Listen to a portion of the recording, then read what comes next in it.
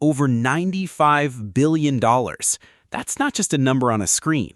That's retirement savings, college funds, emergency money that took people 20 or 30 years to build, all sitting inside one single ticker symbol, SCHD. And for years, almost nobody stopped to question it. I did something most people never bothered doing. I took 13 of the biggest ETFs in the market and ran a full 10-year backtest against SCHD. Every major dividend fund, every broad market giant, every covered call income play, side by side, year by year, dividends reinvested. Real data. And the winner? It's not who you think. Meet Ray and Connie. Retired couple from Michigan. They put their entire $400,000 nest egg into SCHD. Every YouTube video told them it was the king. Every Reddit thread confirmed it. They never questioned it. They never compared it to anything else. Then Ray's nephew, 28 years old, finance degree, showed them a backtest, and everything they believed about their portfolio changed. By the end of this video, you'll see the exact 10-year numbers for every major dividend ETF against SCHD, year by year, dollar by dollar, and the fund that came out ahead will change how you think about dividends forever. Here's what makes this interesting. The winner pays less income than SCHD, and it still made more total money. I'll show you exactly why. Quick note, I'm not a financial advisor or government employee. Everything here is for educational purposes only. For your specific situation, always check with a qualified professional. But before I show you the winner, you need to see the losers first, because the thing that knocked them out is the same trap that's quietly costing millions of investors real money right now. The yield trap. Let me give you an analogy that will stick with you. Imagine you're planting apple trees. You have two options. Tree A drops 50 apples this season, right now, immediate harvest. Tree B drops only 20 apples, but it grows 15% bigger every single year. Which tree makes you more money over 10 years? Most people grab Tree A. We're wired to want things now. The harvest is right in front of us. But the math says Tree B wins every single time. And that analogy is the entire story of this backtest. Keep it in your head. Now let me give you the lineup. I tested 13 ETFs total. In the dividend corner, SCHD, DGRO, VYM, VIG, DVY, and HDV. In the broad market corner, VOO, VTI, and QQQ. And the income plays JEPI, JEPQ, DIVO, and VYMI. The time period? January 2016 to May 2026, a full market cycle. 2 bull markets, the pandemic crash, the 2022 bear market, and the AI boom. All returns include dividends reinvested. Let's start from the bottom, because the losers teach you just as much as the winners. DVY, iShares Select Dividend. 10-year annualized return? About 10.2%, the worst performer among the pure dividend ETFs. And here's the irony. DVY has one of the highest yields in this entire group, around 3.5%. Remember the apple tree? DVY is Tree A. It drops the most apples right now, and it paid for that with lower long-term growth. The income felt great every quarter, the total wealth built, not so much. HDV, iShares Core High Dividend, about 9.2% annualized. Also a high yielder, also underperformed. Sensing a pattern? VYM, Vanguard High Dividend Yield, about 11.9%. Better, but still lagging behind. Now here's where it gets real. Let me show you what this actually costs someone. Imagine you are Denise, 54 years old, lives outside Philadelphia. She put $200,000 into DVY 10 years ago because the 3.5% yield looked like the biggest paycheck. Today, that's worth roughly $265,000. If she'd picked the fund that yields the least in this entire group, over $340,000. Same money, same decade, $75,000 more. And the lower yield fund did it. Here's the myth. Higher yield means more money in retirement. Here's the truth. Higher yield almost always means lower total return. The math on this one is unforgiving. Now you might be thinking, forget dividends entirely, just buy QQQ or the S&P 500 and let it ride. That sounds smart until you see what happened in 2022 and during the dot-com crash. Why the race cars don't count. Let me show you the big dogs. QQQ, the NASDAQ 100, 10-year annualized return, roughly 19.4%. $10,000 invested in 2016 became over $60,000. Those numbers are staggering. VOO, the S&P 500, about 15.6% annualized. 10,000 became roughly 43,000. VTI, the total stock market, nearly identical. So why wouldn't you just put everything in QQQ and walk away? Because of this. During the dot-com crash from 2000 to 2022, QQQ fell approximately 83% peak to trough, and it didn't fully recover for nearly 15 years. 15 years underwater. Picture this. You're 58, you've worked your whole life, saved $500,000. You put it all in QQQ for retirement. Then the crash hits. You open your brokerage app and your balance reads $85,000. Could you hold? Could you genuinely not sell? Most people can't, and the moment they panic and hit sell at the bottom, they turn a temporary paper loss into a permanent real one. The market eventually recovered. Their account never did, because they weren't in it for the recovery. Now, look at 2022. QQQ fell 32.5%. VOO fell over 18%. SCHD down just 3.3%. That's it. 3.3. QQQ is a race car. SCHD is a heavy-duty truck.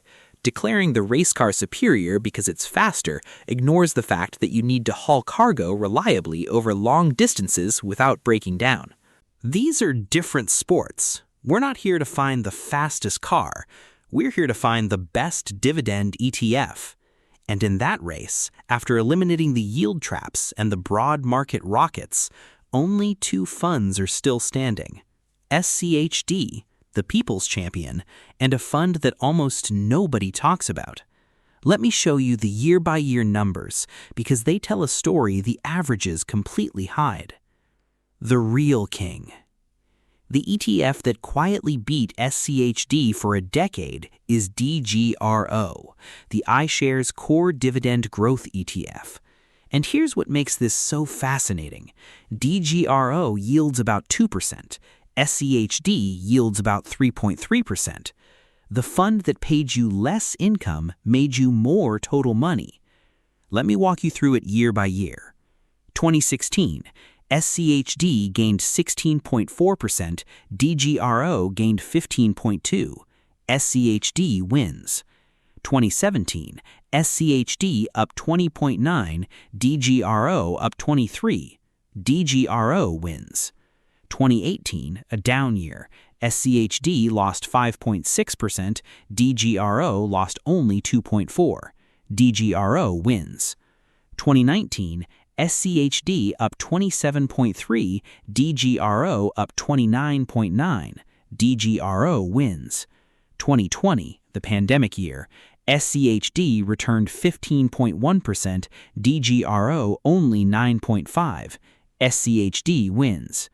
2021, SCHD surged 35.6%, DGRO returned 26.7%. SCHD wins big. 2022, the bear market. SCHD lost just 3.3%, DGRO lost 7.9%. SCHD wins the defensive year. 2023, SCHD returned only 4.6%, DGRO returned 10.5%. DGRO wins by a mile. 2024, SCHD gained 11.7%, DGRO gained 16.6%. DGRO wins. 2025, SCHD returned 4.3%, DGRO returned 15.7%. DGRO wins by a mile. Over the full decade, DGRO won 6 out of 10 calendar years. SCHD won 4. But here's the thing. SCHD dominated the down years and the value years. 2020, 2021, 2022. Every time the market got scared, SCHD held its ground better. But over the full 10 years, DGRO's annualized return came in around 13.3%. SCHD landed around 12.9%. That's a narrow gap on paper. Now scale it to real money. $10,000 invested in each, the difference is only about $1,000. But $100,000 invested, several thousand more with DGRO. $500,000, that gap stretches to roughly $10,000 to $20,000 more in DGRO's column. So why? Why does a fund that pays less income produce more total wealth? 3 reasons. Reason 1, technology exposure. DGRO holds about 22% in tech. Apple, Microsoft, Broadcom, these are massive cash-generating companies that most people don't even think of as dividend stocks. But they are. They pay dividends and they grow them. SCHD held only about 11% in tech for most of the decade. It loaded up heavily on energy instead, which performed well in 2022 when oil spiked, but dragged returns in most other years. That structural difference in tech exposure compounded silently for 10 years. Reason 2, DGRO has a built-in yield trap filter. Its index deliberately screens out the top 10% highest-yielding stocks before any other filter kicks in. It also requires a payout ratio below 75%. DGRO's methodology is literally engineered to avoid the yield trap, and the 10-year data proves it works. Reason 3, the engine difference. DGRO's engine runs on share price appreciation from growth compounders. SCHD's engine runs on consistent growing cash distributions from mature businesses. Both are real engines, they just produce different results in different seasons. Now, on the income side, this matters. On $100,000 invested, SCHD puts roughly $3,280 in your pocket every year. DGRO puts roughly $1,900. That's a $1,300 gap in real cash. If you need that income to pay bills, SCHD wins that fight. Quick pause, I want to hear from you. Do you own SCHD, DGRO, or both? Drop it in the comments right now. I read every single one. So right now, you're looking at this and thinking DGRO is the clear winner. Case closed. Crown it. But hold on, because right as I was ready to call DGRO the permanent king, 2026 happened, and the entire story flipped. Then, 2026 changed everything. As I'm recording this in early June 2026, SCHD is up roughly 19% year-to-date. Let that sink in. The S&P 500 is up about 11%. DGRO is up about 8%.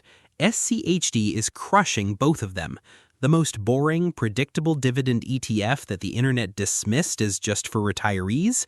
It's the best performing major ETF in the market right now. What happened?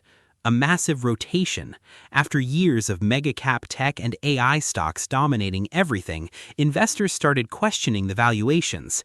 AI stocks hit historic extremes, and smart money quietly began rotating into quality value, energy, healthcare, consumer defensive, industrials, SCHD's home turf. Industrials surged roughly 16% year-to-date. Energy climbed 22%. Consumer defensive stocks gained 13%. These are SCHD's biggest sector weights, and they caught fire. And the timing of SCHD's March 2026 reconstitution couldn't have been better. 25 new stocks were added, 22 were removed. Energy exposure was trimmed by about 8 percentage points. Healthcare and tech were bumped up. The new names averaged a 63% 5-year dividend growth rate compared to 37% for the names that were removed, a serious quality upgrade. And the new names, United Healthcare, Procter & Gamble, Qualcomm, Abbott, they rallied sharply right after being added. Remember the apple trees? Here's the thing nobody ever tells you about apple trees. Seasons change. From 2016 to 2024, the tech-driven bull market was DGRO's season. Growth stocks soared. Low-yield compounders dominated. DGRO was the right tree for that climate. But 2026 is SCHD's season, and if you only planted one tree, you missed one of them. The best dividend ETF isn't the one that won last decade. It's the one you can hold through every season without pulling it out of the ground. So the 10-year winner is DGRO, the 2026 winner is SCHD, which means the real question isn't which one to pick, it's how to use both together, and that's where most investors get it completely wrong. The playbook. Here's the part worth writing down. You don't have to choose between SCHD and DGRO. You should own both, and here's why that's not a cop-out answer.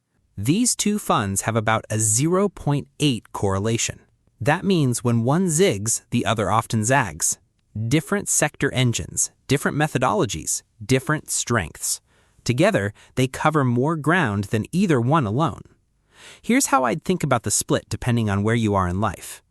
If you're in the accumulation phase, building wealth, under 45, lean toward DGRO. 50% DGRO, 30% SCHD, 20% VIG. You don't need the income yet, you need the growth. Let the tree keep growing. If you're approaching retirement, 45 to 60, balance it out. 40% SCHD, 40% DGRO, 20% VIG. You're building the income stream while keeping the growth engine running. If you're retired, 60 and beyond, tilt toward SCHD, 55% SCHD, 25% DGRO, 20% in an income sleeve like JEPI or JEPQ. But, and I cannot stress this enough, keep JEPI and JEPQ inside tax-advantaged accounts only. Here's why. Both SCHD and DGRO pay nearly 100% qualified dividends. That means they're taxed at the lower capital gains rates, 0, 15, or 20%, depending on your income. And for 2026, a married couple filing jointly pays 0% federal tax on qualified dividends up to about $98,900 in taxable income. 0% on real income, straight into your pocket. Now, compare that to JEPI. JEPI yields about 8.4%. Sounds incredible, but roughly 80 to 85% of that income comes from equity-linked notes, taxed as ordinary income, not qualified dividends. Ordinary income, at your top bracket. In a high bracket, you could lose 30 to 40% of that yield to taxes. Inside a Roth IRA, JEPI is a powerful tool, tax-free withdrawals forever. But in a regular brokerage account, the tax math quietly eats your returns alive year after year. So here's the placement strategy. Your taxable brokerage, that's where SCHD and DGRO go. Qualified dividends, potentially 0% federal tax. Your Roth IRA, that's where JEPI, JEPQ, or your highest growth holdings go. Tax-free forever. Your traditional IRA or 401k, bonds, or anything that generates ordinary income. Withdrawals are taxed as ordinary income anyway. Remember Ray and Connie? After seeing all this data, they restructured their $400,000, 45% SCHD, 35% DGRO, 20% VIG, split between their taxable brokerage and their Roth accounts. SCHD pays their quarterly income, DGRO compounds their growth, VIG adds a quality filter on top. They didn't need to choose a king, they built a kingdom. And that's the real lesson from 10 years of data. No single ETF wins every season. The yield trap is real. Higher yield often means lower total return. And the best return on paper means nothing if you can't hold through a 30% crash without selling. The investors who get hurt aren't usually the ones who picked a slightly wrong ETF. They're the ones who never stopped to question the choice they already made. I ran 10 years of data so you don't have to. The quiet winner was DGRO, but SCHD's 2026 comeback is one for the history books, and the smartest move is to stop picking sides and own both. If someone you know has their entire portfolio in one ETF and hasn't questioned it, send them this video right now. It could be the most valuable 18 minutes they spend this year. What's your split? SCHD all the way? DGRO all the way? Or both? Drop your allocation in the comments. I want to see how you're building yours. If you're building a dividend portfolio and want to stay ahead of data like this, subscribe to this channel. I break down the numbers so you don't have to. And if you want to see how to build a complete dividend portfolio from scratch, income, growth, and downside protection all in one, that video is right here. I'll see you there.